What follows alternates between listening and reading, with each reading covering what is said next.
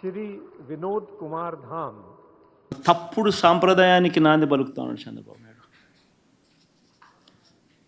ఒకవైపున కేసులు, ఒకవైపున ఎవడైనా మాట్లాడితే అన్యాయంగా వాళ్ళ మీద దూషించడం, మరోవైపున దుష్ప్రచారాలు. వీళ్ళే దగ్గరుండి చంద్రబాబు నాయుడు స్వయాన టాపిక్ డైవర్షన్ చేయడంలో ఎంత స్పెషలిస్టు, తప్పుడు ప్రచారాలు చేయడంలో ఎంత స్పెషలిస్టు, అబద్ధాలు చెప్పడంలో ఎంత స్పెషలిస్టు, మోసాలు చేయడంలో ఎంత స్పెషలిస్టు చంద్రబాబు నాయుడు గురించి మనం అందరికీ తెలుసు. క్యారెక్టర్ అసాసినేట్, ప్రత్యర్థిని అటువైపున ఉన్న వ్యక్తి క్యారెక్టర్ అసాసినేట్ చేయడంలో ఏ రకమైన ప్రసిద్ధి చెందినాడో చంద్రబాబు నాయుడు గురించి మనం అందరం చూసినాం.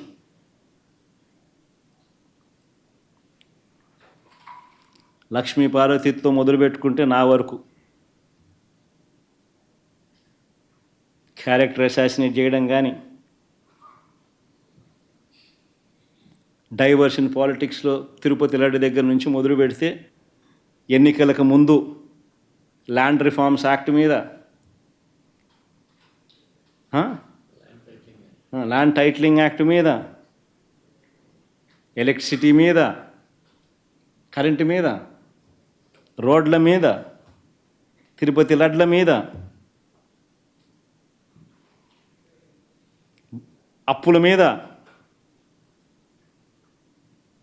రాష్ట్ర ప్రగతి మీద, ఇండస్ట్రీస్ మీద, పారిశ్రామికవేత్తల మీద, ఇవన్నీ గాక తల్లి చెల్లి అంటూ నా కుటుంబాన్ని ఎక్కడ పడితే అక్కడ ఇదే చంద్రబాబు మాట్లాడుతూ ఉన్నాడు. ఆశ్చర్యం నిజంగా అడుగుతా ఉన్నా, ఇదే మరి చంద్రబాబు, నేను సూటిగా చంద్రబాబు నేను అడుగుతా ఉన్నా, అయ్యా నీకు కుటుంబాలు ఉన్నాయి, నాకు మా కుటుంబంలో విభేదాలు ఉండొచ్చు, కానీ నువ్వు పెట్టే పోస్టులు కానీ, నువ్వు చేసే క్రూరమైన రాజకీయాలు కానీ ఎవడు చేయడు, ఒక్క నీలాంటి దుర్మార్గుడు అయితే తప్ప. ఇదే చంద్రబాబు నాయుడు అడుగుతాను నేను. చంద్రబాబు నాయుడు గారు ప్రతిపక్షంలో ఉన్నప్పుడు, నేను ముఖ్యమంత్రిగా ఉన్నప్పుడు, ఇదే చంద్రబాబు నాయుడు గారు తన ఆఫీస్లో, టీడీపీ ఆఫీస్లో తన అఫీషియల్ స్పోక్స్మెన్తో ముఖ్యమంత్రిగా ఉన్న నన్ను ఏమని తిట్టించాడు? బోసిడీకి అని తిట్టించాడు. ధర్మమేనా? ఇదే సిద్ధార్థ చంద్రబాబు నాయుడు నా చెల్లెల మీద షర్మిల మీద, ఇదే Chandrababu Naidu Hyderabad Jubilee Hills road number 36లో ఈయన బావమరిది బాలకృష్ణ, లోకేష్ మామ, ఈయన సొంత టవర్ ఎన్బీకే బిల్డింగ్స్ నుంచి వెబ్సైట్లలో తప్పుడు రాతలు రాయించి ప్రచారం గతంలో చేయలేదా? పోలీసులు, హైదరాబాదులో పోలీసులు దర్యాప్తులో ఇది తేలలేదా? ఆడపిల్లని ఏ విధంగా రేప్ చేసి తగలపెట్టి ఆ పాప ప్రాణాల కోసం మృత్యుతో పోరాడి ఈ రోజు చనిపోయింది. కానీ ముఖ్యమంత్రికి ఎటువంటి బాధ లేదు, డిప్యూటీ సీఎంకి ఎటువంటి బాధ లేదు, హెచ్ఎంకి, హోమ్ మినిస్టర్కి ఎటువంటి బాధ లేదు. వాళ్ళకి లైఫ్ ఎంజాయ్ చేయాలి, పవర్ ఎంజాయ్ చేయాలి. ఇంతకన్నా సిగ్గుచేటు మరొకటి ఉందని నేను అడుగుతున్నా. ఒక ముఖ్యమంత్రిగా ఉండి రాష్ట్రంలో ఇంతమంది మీద అఘాయిత్యాలు జరుగుతుంటే వాటిని పట్టించుకోకుండా, ఆ కుటుంబాలకి పరామర్శ లేకుండా, వారికి ఎటువంటి సపోర్ట్ చేయకుండా రియాలిటీ షో అన్స్టాపబుల్ అనుకుంటూ చేసుకుంటుంటే ఇంతకన్నా దురదృష్టకరం ఏ రాష్ట్రానికైనా ఎలాంటి ముఖ్యమంత్రి ఉంటారని నేను అడుగుతున్నా.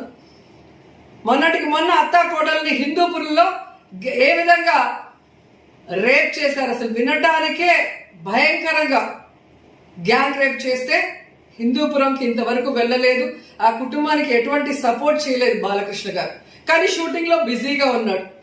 అన్స్టాపబుల్ అనే రియాలిటీ షోలో నవ్వుకుంటూ ఎంజాయ్ చేస్తున్నారు. ఇలాంటి వాళ్ళగా మేము ఓట్లు వేసామని చెప్పి జనం కన్నీళ్లు పెట్టుకుంటున్నారు. ఇంత బాధ్యత లేని వాళ్ళు, ఇంత అసమర్థుల్లా మేము ఎన్నుకున్నదని ప్రజలు ఈరోజు బాధపడుతున్నారు.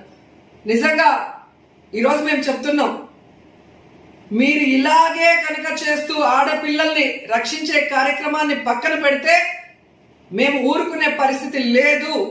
ఖచ్చితంగా ఎవరైతే ఈరోజు అన్యాయం అయ్యాయో ఆ కుటుంబాల్ని పరామర్శించి ప్రభుత్వం వాళ్ళకి అండగా చేయాల్సినవన్నీ చేయాలి. ఆ నిందితుల్ని కఠినంగా శిక్షించాలి. అలాగే బద్వేలు అమ్మాయి ఎవరైతే చనిపోయిందో వాళ్ళ మదర్ కోరుకున్నట్టుగా ఆ పిల్లోడికి ఉరిశిక్ష వేయాలి. లేని పక్షంలో వైఎస్ఆర్ కాంగ్రెస్ పార్టీ తరఫున మేము పెద్ద ఎత్తున మీకు వ్యతిరేకంగా మరి బయటకు వస్తామని కూడా ఈ సందర్భంగా తెలియజేసుకుంటున్నాం. చేసుకుంటూ ఉంటాడు. ఎక్కడ చేసుకుంటాడు ఆయన సినిమాలు?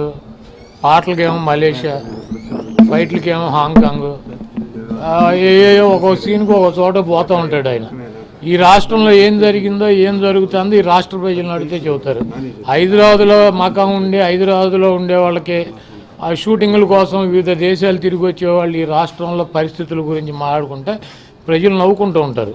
కాబట్టి బాలకృష్ణ గారు ఆటలో అట్టుకెళ్ళి అంటాడు చిన్నపిల్లడు. నారా హమారా నారా హమారా నారా హమారా అని మర్చిపోయి మన వాళ్ళన్నా బయటకు వచ్చి నందమూరి హమారా తెలుగుదేశం హమారా అని చెప్పండి నాయన. కనీసం తెలుగు జాతి గౌరవం ఉంటుంది. అలాగే నందమూరి అభిమానులు కూడా చెప్తా ఉన్నా, నేనేం ఎన్టీఆర్ అభిమాని కాదు, నేనేం ఎన్టీఆర్ కానీ అట్లాంటి గొప్ప వ్యక్తి మహానుభావుడు. ఎందుకంటే ఎన్టీ రామారావు సినిమా తీసేటప్పుడు నేను చుట్ల అంటే ఆయన పెద్ద ఇది ఉన్నప్పుడు, కానీ బాధ వేస్తుంది. అట్లాంటి వ్యక్తిని చెప్పుతో కొట్టినప్పుడు, ఒక వయసు పెద్ద ఆయన కన్నీళ్ళు పెట్టుకున్నప్పుడు, కనీసం ఒక్క ఎన్టీ రామారావు అభిమాని గుండెలు చేర్చుకున్న అభిమాని అయినా సరే ఇంకా ఎందుకు సిగ్గు లేకుండా ఆ పార్టీలో ఉన్నారు, ఇంకా ఎందుకు సిగ్గు లేకుండా ఆ పార్టీని మోస్తున్నారనే బాధ మాత్రం అప్పుడప్పుడు నిజంగా తెలుగు ఎన్టీ రామారావుకి నిజమైన అభిమానం ఉంటే ఇలా చేస్తారా అని ఖచ్చితంగా నాకు ఒక అనుమానం కలుగుతుంటుంది. ఇప్పటికైనా సరే ఆ చంద్రబాబు నాయుడిని దమ్ముంటే ఎన్టీ రామారావు ఫోటో పక్కన పెట్టి ఆ పార్టీ జెండా ఎగరేమని చూద్దాం. 10% ఓట్లు వస్తే ఈ రాష్ట్రంలో 10% ఓట్లు వస్తే ఈరోజు అటు బాలకృష్ణ గారికి అన్నా మీరు సినిమా తీస్తే లెజెండ్ మొన్న వచ్చిన అఖండాను చూస్తే చప్పట్లు కొడతాం, కానీ రాజకీయాల్లో ఎన్టీ రామారావు గారి గురించి లేదో జగన్ ఇంకోటి కూడా ఒక రాజశేఖర రెడ్డిని మీ అయ్యన్నాడు. ఈరోజు చెప్తున్నా, అయ్యా బాలకృష్ణ గారు తెలుగుదేశం పార్టీలో నువ్వు తుపాకు పెంచుంటే కటకటాలు వేసేసి ఉంటాడు చంద్రబాబు నాయుడు గారు. ఎప్పుడో ఇదే దొరికేదో అని చెప్పి రాజశేఖర రెడ్డి హయాంలో జరిగింది కాబట్టి, పెద్ద ఆయన మంచి మనసున్నాడు కాబట్టి, ఆ పెద్ద ఆయన బిడ్డలు కాబట్టి మంచి మనసుతో ఈరోజు రాజశేఖర రెడ్డి గారు మీకు ఎంతో సాయం చేశాడని చెప్పి అందరూ అనుకుంటున్నారు. కాబట్టి ఆ రోజు ప్రశాంతంగా నువ్వు ముంబైలో నుంచి పిచ్చి ఆసుపత్రిలో నుంచి నాకు పిచ్చుందని చెప్పి లెటర్ తీసుకొచ్చినా కూడా ఈరోజు కేసు కొట్టించుకొని బయటపడ్డావంటే అది రాజశేఖర రెడ్డి గారి ఒక మంచి మనసును బట్టి అని చెప్పి తెలియజేస్తున్నా. చంద్రబాబు నాయుడు గారిని ఏమిటే ఎప్పుడో నువ్వు ఊసం ఎక్కుంటేవాడు అని చెప్పి తెలియజేస్తున్నా. కాబట్టి రాజశేఖర రెడ్డి గారిని మాట్లాడేటప్పుడు కానీ ఒక పేరు ఎందుకు మార్చాల్సి వచ్చిందని జగన్మోహన్ రెడ్డి గారు స్పష్టంగా చెప్పారు. దానికి ఈరోజు రాద్ధాంతం చేసేదానికన్నా గతంలో మీ నాయనికి ఏ రకంగా అన్యాయం జరిగిందో దాని మీద గారు పెట్టుకుంటే మంచిదని చెప్పి తెలియజేసుకుంటూ ఉన్న వాళ్ళందరికీ కూడా జగనానికి సాయం చేయండి.